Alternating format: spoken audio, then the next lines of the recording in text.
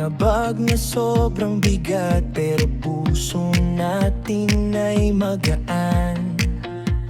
Maaga pang nag-aabang sa tawag ni Ma'am Ivy sa atin. Good morning kids na may ngiti, parang laging kayang uliti. Sa masikong tayo lumipad, dito unang natutong humawak ng pangarap. Kahit lilipad na sa iba't ibang landas,